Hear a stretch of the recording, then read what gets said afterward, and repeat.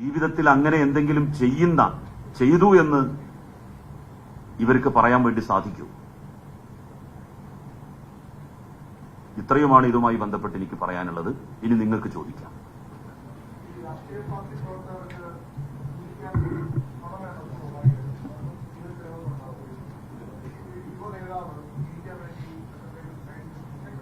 Side business ചെയ്യാം, പക്ഷെ അത് ബോധ്യപ്പെടുത്തുന്നതും ദുരൂഹതകളില്ലാത്തതുമാകണം. അങ്ങനെ ഹുണ്ടി ഫോണ് കൊടുവള്ളിയിൽ ആരംഭിച്ച് തുടങ്ങിയതാണ് ഇദ്ദേഹത്തിന്റെ ബിസിനസ്. അപ്പൊ അത് എപ്പോഴും അത് ദുരൂഹമാണ്. അതിനൊന്നും ഒരു മടിയില്ല. അത് ശരി. അപ്പോ കമ്പനി ആ രാജ്യത്തെ വഞ്ചിക്കുകയാണല്ലോ ചെയ്യുന്നത്. UAE വഞ്ചിക്കല്ലേ ചെയ്യുന്നത്? ഒരു രാജ്യത്തുള്ള നിയമം ലംഘിക്കല്ലേ ചെയ്യുന്നത് കമ്പനി? പള്ളിക്കമ്മിറ്റിയുടെ പൈസയും മുക്കിയിട്ടുണ്ട്. അപ്പൊ TP അഷ്റഫ് അലിക്ക് മുക്കണ കാര്യങ്ങളൊക്കെ അറിയാം. കാരണം ജ്യേഷ്ഠൻ തന്നെ അതൊക്കെ ചെയ്യുമ്പോ അറിയാലോ. വിജിലൻസ് കേസ് ഉണ്ട്, വെറുതെ അല്ല പറഞ്ഞത്. 2 ഫൈസിമാര് മോട്ടോർ സൈക്കിളിൽ യാത്ര ചെയ്തു പോകുമ്പോൾ അപകടത്തിൽപ്പെട്ട് മരണപ്പെട്ടു. ആ 2 കുടുംബങ്ങൾക്ക് വേണ്ടിയിട്ട് പിരിവ് നടത്തി. എന്നിട്ട് ഇവര് ആ പിരിച്ചു കിട്ടിയ ഭീമമായിട്ടുള്ള തുക മഞ്ചേരിയിലെ ഒരു ജ്വല്ലറിയിൽ നിക്ഷേപിച്ചു. നിക്ഷേപിക്കുന്ന സമയത്ത് ഈ കുടുംബത്തോട് പറഞ്ഞത് 6000 രൂപ മാസം മാസം നിങ്ങൾക്ക് കിട്ടും. പിന്നെ പെൺകുട്ടികളുടെ വിവാഹമാകുമ്പോ 44 പവൻ, അന്ന് എന്താണോ വില ആ വിലക്ക് നിങ്ങൾക്ക് സ്വർണം തരും. പെൺകുട്ടികളെ കെട്ടിക്കാനാണല്ലോ. അവസാനം എന്തായി? ഒരു 5-6 മാസം 6000 രൂപ കൊടുത്തു. പിന്നെ പൈസ ഇല്ല. ഇപ്പൊ ചെന്ന് ചോദിച്ചു നോക്കുമ്പോ 44 പവനും ഇല്ല, 6000 ഉറുപ്പിയില്ല.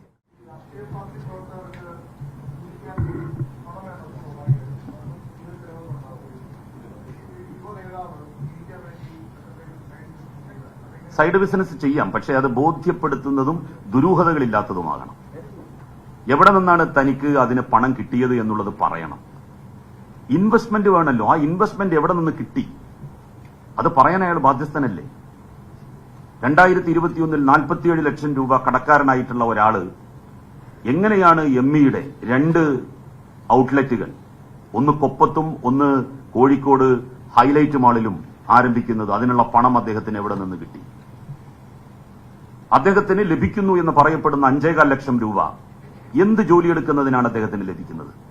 അദ്ദേഹം ഇവിടെ ഇരുന്നു കൊണ്ട് ചെയ്യുന്ന ജോലി എന്താണ്?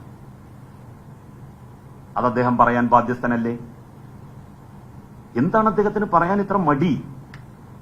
ഇപ്പൊ ഓൺലൈനിൽ ബിസിനസ് ചെയ്യുകയാണെന്നുണ്ടെങ്കിൽ അതിന്റെ പ്രിന്റ് ഔട്ട് എടുത്ത് പറയാം, ഇതാ ഞാൻ ചെയ്ത ബിസിനസിന്റെ നേർരേഖ ഇതാ എന്ന് പറഞ്ഞുകൊണ്ട് അയാൾക്ക് കാണിക്കാമല്ലോ. ദുരൂഹത മുറ്റി നിൽക്കുന്ന ബിസിനസ്സിൽ ഒരു പൊതുപ്രവർത്തകൻ ഏർപ്പെടുന്നു എന്ന് പറയുന്നത് കള്ളപ്പണം. അത് മുസ്ലിം ലീഗിൽ ഹലാലാണ്. കാരണം ചന്ദ്രികയാണ് 10 കോടി രൂപ ഫൈൻ അടച്ചത് കള്ളപ്പണ ആരോപണത്തിൽ ഇഡിക്ക്. ഓർമ്മയില്ലേ നിങ്ങൾക്ക്? പാലാരിവട്ടം പാലവുമായി ബന്ധപ്പെട്ട അഴിമതിയുടെ ചുരുളുകൾ അഴിഞ്ഞു തുടങ്ങിയപ്പോ എവിടെയാണത് എത്തിയത്? അപ്പൊ അവർക്കിത് യാതൊരു പ്രശ്നവുമല്ല. കള്ളപ്പണം എന്ന് പറയുന്നത് അവർക്ക് ഹലാലാണ്. അപ്പൊ അദ്ദേഹത്തിന് ബിസിനസ്സൊക്കെ ചെയ്യാം, അതിലൊന്നും തെറ്റില്ല. പക്ഷെ അതിന്റെ ഇൻവെസ്റ്റ്മെന്റ് എവിടെ നിന്ന്, അതിൽ നിന്നൊക്കെ എത്ര ടേൺ ഓവർ കിട്ടുന്നു, അതൊക്കെ കാണിക്കണ്ടേ? ആകെ 3 ലക്ഷം രൂപയാണ് 2021 നോമിനേഷൻ പേപ്പറിൽ അദ്ദേഹം തന്റെ ഇൻകമായിട്ട്, ഒരു വർഷത്തെ ഇൻകമായിട്ട് പറയുന്നത്. ശരിക്കും അദ്ദേഹം 2020 വരെ 12-ാം മാസം വരെ 5.25 ലക്ഷം രൂപ ശമ്പളം വാങ്ങിയ ആളാ. എവിടെ? ദുബായില്. ഇവിടെ ഇരുന്നാണല്ലോ ജോലി. അപ്പൊ അവിടെ ശമ്പളം, അവിടെ നിന്നിട്ട് സ്വാഭാവികമായിട്ടും അത് എത്തുമല്ലോ. അതെങ്ങനെ എത്തുന്നു? പിന്നെ PK ഫിറോസിന് ഇതൊന്നും ചെയ്യാൻ ഒരു മടിയില്ല. PK ഫിറോസ് തുടങ്ങിയത് തന്നെ ഈ ഹുണ്ടി ഫോണ് അത് വിളിച്ചിട്ടാണ്. അതിന്റെ ഒരു ഷോപ്പ് കൊടുവള്ളിയിൽ ഇദ്ദേഹവും വേറൊരാളും കൂടി ഒരുമിച്ച് നടത്തിയിട്ടാണ് ഈ ധനസമ്പാദനം തുടങ്ങുന്നത്. സുഹൃത്തെ, അങ്ങനൊക്കെ പാടുണ്ടോ? യുവജന നേതാക്കൾക്ക് ആവാം. പക്ഷെ ഈ ഹുണ്ടി ഫോണൊക്കെ പിന്നെ അതിന്റെ ബിസിനസ്സൊക്കെ നടത്താൻ പാടുണ്ടോ? ഹുണ്ടി ഫോൺ എന്ന് പറഞ്ഞാൽ മനസ്സിലായില്ലേ നിങ്ങൾക്ക്?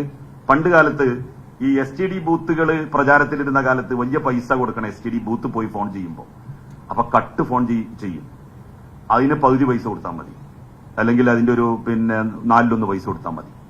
4/1 പൈസ കൊടുത്താൽ ഇവര് ഹാഫ് പൈസ വാങ്ങും. എന്നാലും ഹാഫ് ലാഭമാണ് ഈ വിളിക്കണവനെ സംബന്ധിച്ചിടത്തോളം.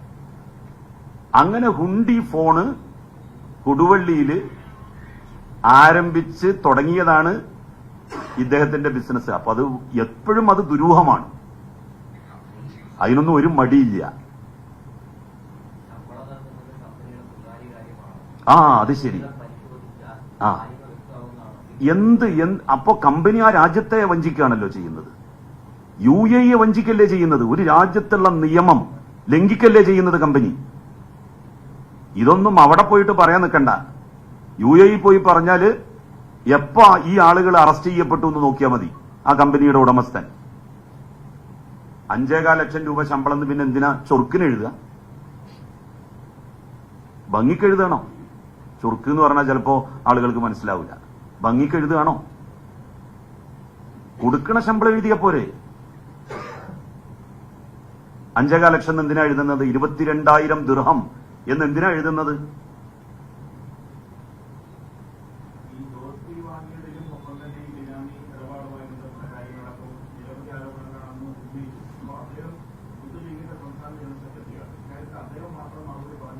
ഒരിക്കലുമല്ല. മുസ്ലിം ലീഗിന്റെ നേതൃത്വം, തീർച്ചയായിട്ടും മുസ്ലിം ലീഗിന്റെ നേതൃത്വം ഇതിന് മറുപടി പറയണം. യൂത്ത് ലീഗിന്റെ ഒരൊറ്റ ഭാരവാഹിയും സംസ്ഥാന ഭാരവാഹിയും ഇതിന് മറുപടിയുമായി രംഗത്തെത്തിയിട്ടില്ല. മുനവ്വർ അലി ശിഹാബ് തങ്ങൾ എന്താ ഒന്നും പറയാത്തത്? അദ്ദേഹത്തിന് പങ്കുള്ളതായിട്ട് എനിക്കറിയില്ല, ഞാനത് പറയൂല. അദ്ദേഹം വളരെ മാന്യനായിട്ടുള്ള ഒരാളാണ്. Is A gentleman. അദ്ദേഹത്തിന്റെ കണ്ണ് വെട്ടിച്ച് ഇവന്മാരെ പോലുള്ള ആളുകൾ നടത്തുന്ന തോന്നിവാസങ്ങളാണ് ഇതൊക്കെ. മുസ്ലിം യൂത്ത് ലീഗിന്റെ സംസ്ഥാന ട്രഷറർ എന്താ നടത്താത്തത്? ഒരു പത്രസമ്മേളനം. സംസ്ഥാന ഭാരവാഹികൾ നടത്താത്തത് എന്താ? അഖിലേന്ത്യാ ഭാരവാഹിയാണ് സംസ്ഥാന ഭാരവാഹിയെ രക്ഷിക്കാൻ വേണ്ടിയിട്ട് ഇപ്പോ നടത്തിയിട്ടുള്ളത്. ആ അഖിലേന്ത്യാ ഭാരവാഹിയുടെ സ്ഥിതി എന്താണ് എന്ന് അദ്ദേഹം പറഞ്ഞു, എനിക്ക് ചികിത്സ നൽകണം എന്നാ പറഞ്ഞത്. എനിക്കല്ല സത്യത്തിൽ ചികിത്സ നൽകേണ്ടത്. TP അഷ്റഫ് അലിയുടെ ജ്യേഷ്ഠ സഹോദരൻ എടക്കരക്കാരൻ ഒരാളുണ്ട്, സലീം എടക്കര. അദ്ദേഹം മരിച്ച ഉസ്താദുമാരുടെ കുടുംബസഹായ ഫണ്ട് തട്ടി ലീഗ് നേതാവ് എന്ന പേരിൽ ഒരു വലിയ റിപ്പോർട്ട് വന്നിട്ടുണ്ട്. പള്ളിക്കമ്മിറ്റിയുടെ പൈസയും മുക്കിയിട്ടുണ്ട്. അപ്പൊ TP അഷ്റഫ് അലിക്ക് മുക്കണ കാര്യങ്ങളൊക്കെ അറിയാം. കാരണം ജ്യേഷ്ഠൻ തന്നെ അതൊക്കെ ചെയ്യുമ്പോ അറിയാലോ. വിജിലൻസ് കേസ് ഉണ്ട്, വെറുതെ അല്ല പറഞ്ഞത്. 2 ഫൈസിമാര്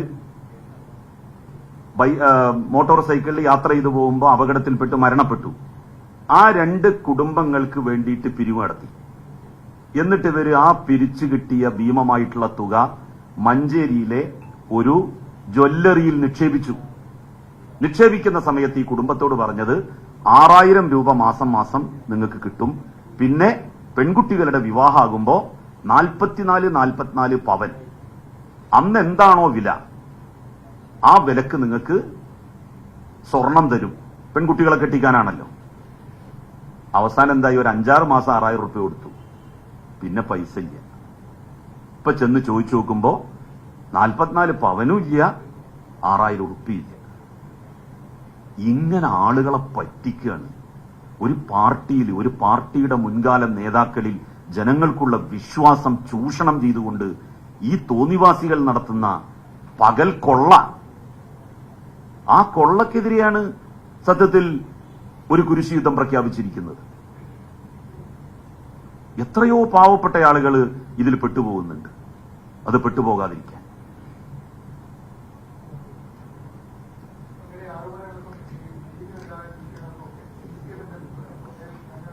ഞാൻ പറഞ്ഞല്ലോ, ഞാന് MLA എന്നുള്ള നിലയിലല്ല ഞാൻ ഈ പത്രസമ്മേളനം നടത്തുന്നത്. മുസ്ലിം യൂത്ത് ലീഗിന്റെ മുൻ ജനറൽ സെക്രട്ടറി എന്നുള്ള നിലയിലാണ്. ഞാൻ ഇരുന്ന കസേരയിൽ ഇരിക്കുന്ന ഒരാള് ഈ പാർട്ടിയെയും സമുദായത്തെയും വിറ്റ് കാശാക്കുന്നതിൽ എനിക്ക് അമർഷമുണ്ട്. ലീഗ് നമ്മൾ ആദ്യം പ്രവർത്തിച്ചിരുന്ന പാർട്ടിയാണല്ലോ. ലീഗ് നന്നാവണമെന്ന് ആഗ്രഹമുണ്ട്. ഇവിടെ ലീഗ് പോലുള്ള ഒരു സംഘടന അങ്ങനെ തോന്നിവാസികളുടെയും തെമ്മാടികളുടെയും കൈകളിൽ അകപ്പെടാൻ വേണ്ടി പാടില്ല എന്നെനിക്ക് നിർബന്ധമുണ്ട്. കാരണം മറ്റുള്ള പാർട്ടികളൊക്കെ എങ്ങനെയാണോ അതുപോലെ തന്നെ മുസ്ലിം ലീഗും പോകണം. അങ്ങനെ ഒരു ആഗ്രഹം എനിക്ക് വെച്ച് പുലർത്തുന്നത് കൊണ്ട് എന്താ തെറ്റ്?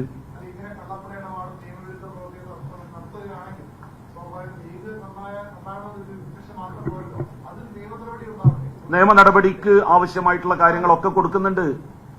ഞാൻ പറയട്ടെ, ഇതൊക്കെ ആരാ നോട്ട് ചെയ്യേണ്ടത്? നമ്മൾ ഈ പത്രസമ്മേളനം നടത്തുന്നു, ഇത് ബന്ധപ്പെട്ട ആളുകൾ ഇതൊക്കെ നോട്ട് ചെയ്യുന്നുണ്ട്.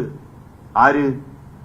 കള്ളപ്പണം പിടിക്കേണ്ട ആളുകൾ, അതിന് ബാധ്യതപ്പെട്ടവര്, അതിന് ബാധ്യതപ്പെട്ട ഏജൻസികൾ, ഇങ്ങനെ ആളുകളെ വഞ്ചിച്ച് ജീവിക്കുന്ന ആളുകൾ, അതിന് ബാധ്യതപ്പെട്ടവര്, അവര് ഈ പത്രങ്ങൾ നോക്കുമല്ലോ, അല്ലെങ്കിൽ ഈ പത്രസമ്മേളനങ്ങൾ കാണുമല്ലോ.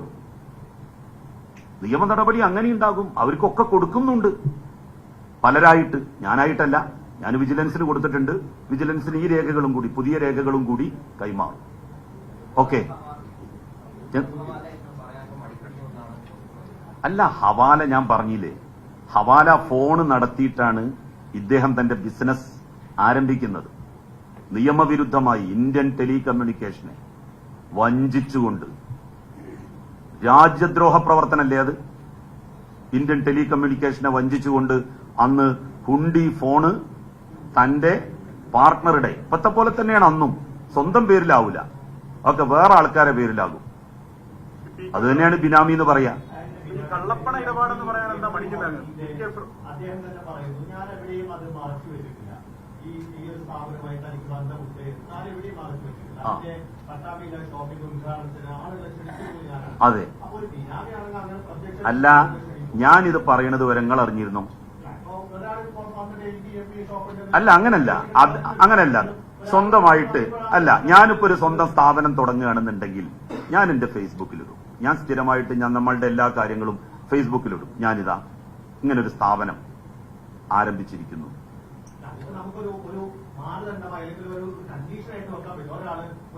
അല്ല, അങ്ങനെയാണ് വേണ്ടത്. അത് സുതാര്യതയുടെ ഭാഗമാണ്.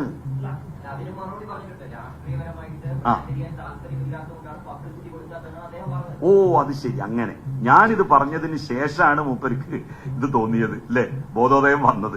ഇപ്പൊ പറഞ്ഞല്ലോ രണ്ടും. ഞാനൊന്നും തെറ്റ് ചെയ്തിട്ടില്ല. ഞാൻ പറഞ്ഞ ഒന്നും അദ്ദേഹം നിഷേധിച്ചിട്ടില്ല.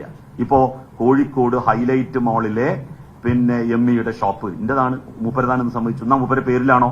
ലൈസൻസി മൂപ്പരാണോ? അല്ല. കൊപ്പത്തെ ഷോപ്പ് ലൈസൻസി മൂപ്പരാണോ? അല്ല. എന്നിട്ട് മൂപ്പര് പറയുന്നു ഉണ്ട് എന്ന്. എങ്ങനെയുണ്ട്? വല്ല രേഖയുണ്ടോ? എന്തെങ്കിലും തരത്തിലുള്ള കോൺട്രാക്ട് ഈ ലൈസൻസിയും ഇദ്ദേഹവും തമ്മിൽ ഉണ്ടാക്കിയിട്ടുണ്ടോ? ഒന്നുമില്ല. അപ്പോ യെസ്, എന്താണ്? അതെ. ഇല്ലെങ്കിൽ അതുകൊണ്ട് തന്നെയാണ് പറഞ്ഞത് അത് ബിനാമിന്ന്. എവിടെ പങ്കാളികള്? എങ്ങനെ? അല്ല, കച്ചവട പങ്കാളികൾ ഇങ്ങനെ ഒരാൾക്ക് എത്ര ഉണ്ടാവും? ഇപ്പൊ ഇവിടെ പിന്നെ ഒരു കച്ചവട പങ്കാളി, പിന്നെ ഹൈലൈറ്റ് മോളിൽ വേറൊരു കച്ചവട പങ്കാളി, അതും കഴിഞ്ഞ് പിന്നെ ഗൾഫിൽ വേറൊരു പിന്നെ കച്ചവട പങ്കാളി, ഖത്തറിൽ വേറൊരു കച്ചവട പങ്കാളി, അങ്ങനെ എത്ര ബിസിനസ്സുകൾ. അമേരിക്കയിലും മൂപ്പർക്ക് ബിസിനസ് പങ്കാളി ഉണ്ടാവുമല്ലോ. അദ്ദേഹം തന്നെ പറഞ്ഞല്ലോ എനിക്ക് അമേരിക്കയിലും ജോബ് വിസ ഉണ്ട് എന്ന്. അതെനിക്ക് അറിയില്ലട്ടോ. യൂത്ത് കോൺഗ്രസിലും ഇതേമാതിരി ഒരു സംഘം ഉണ്ട്. അങ്ങനൊക്കെ കേട്ടിട്ടുണ്ട് ഞാൻ, നിങ്ങളെ പോലെ തന്നെ. അതിൽ ചോദിക്കുന്ന ആളെക്കാൾ ചോദിക്കപ്പെടുന്നവൻ അറിവുള്ളവനല്ല. അതുകൊണ്ട് അതിനെ സംബന്ധിച്ച് പറയുന്നില്ല.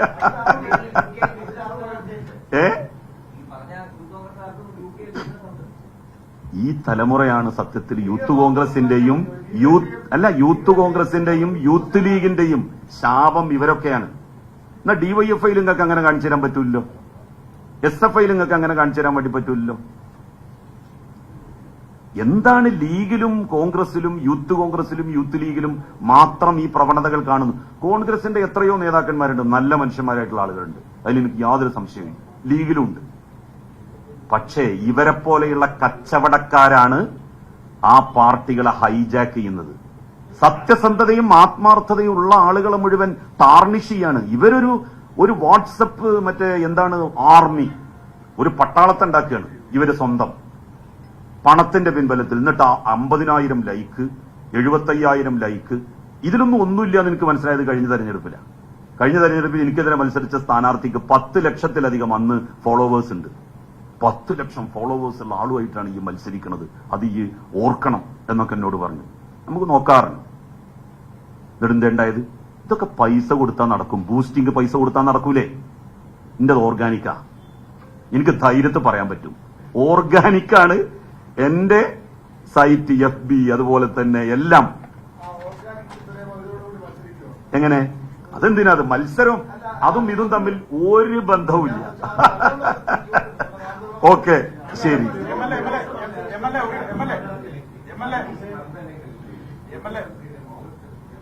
അല്ല, മുഖ്യമന്ത്രി പറയേണ്ട സമയത്ത് പറയും.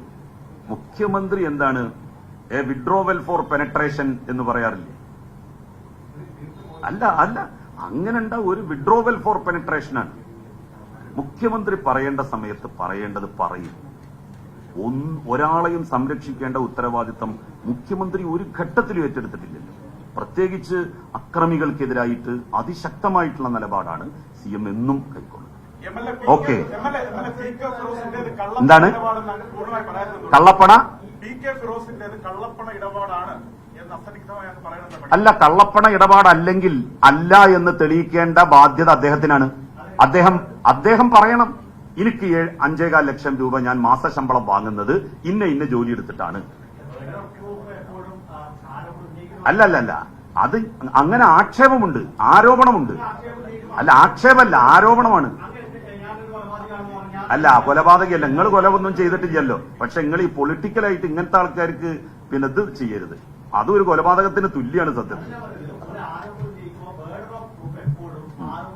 അല്ല, ഞാൻ പറഞ്ഞല്ലോ, ഇദ്ദേഹം വന്ന വഴികൾ നോക്കുമ്പോൾ അതിനുള്ള സാധ്യത വളരെ കൂടുതലാണ്. അതല്ല, ഇപ്പൊ ഇതൊക്കെ വിട്ടില്ലേ, ഈ തെളിവൊക്കെ വിട്ടില്ലേ? പിന്നെന്താ ഇല്ലീഗാലിറ്റിയാണ്? 5.25 ലക്ഷം. അല്ല, ബിസിനസ് തുടങ്ങാം. അതെ, ശരി.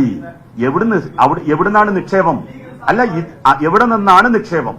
നിക്ഷേപത്തിനുള്ള പണം എവിടെ? സീറോയിൽ നിന്ന് ഷെയർ കൂടാൻ പറ്റൂല. നിങ്ങളിങ്ങനെ തൊള്ളിയും കണ്ട് ഏതെങ്കിലും ബിസിനസ്സുകാരന്റെ അടുത്ത് ചെന്നാൽ നിങ്ങളെ ഷെയർ കൂട്ടുമോ അയാൾ? എന്റെ അടുത്ത് ഒന്നുമില്ല കേട്ടോ എന്ന് പറഞ്ഞാൽ നിങ്ങളെ ഷെയർ കൂട്ടുമോ? ഇൻവെസ്റ്റ്മെന്റ് ആണ് വെച്ചു കൊടുക്കണം. ആ ഇൻവെസ്റ്റ്മെന്റ് എവിടെ നിന്ന്? അത് കള്ളപ്പണമാണ്. അതാണ് ഞാൻ പറയുന്നത്. അങ്ങനല്ല, കടക്കാരായിട്ട് മരിക്കണം എന്നല്ല, മാന്യമായിട്ട് അവനവന്റെ ഒരു ചെറിയ വരുമാനത്തിന്റെ പരിധിക്കുള്ളിൽ നിന്നുകൊണ്ട് ജീവിക്കണം. അല്ലാതെ അദാനിനെ പോലെ ജീവിക്കണമെന്ന് രാഷ്ട്രീയക്കാർ ആഗ്രഹിക്കാൻ പാടില്ല.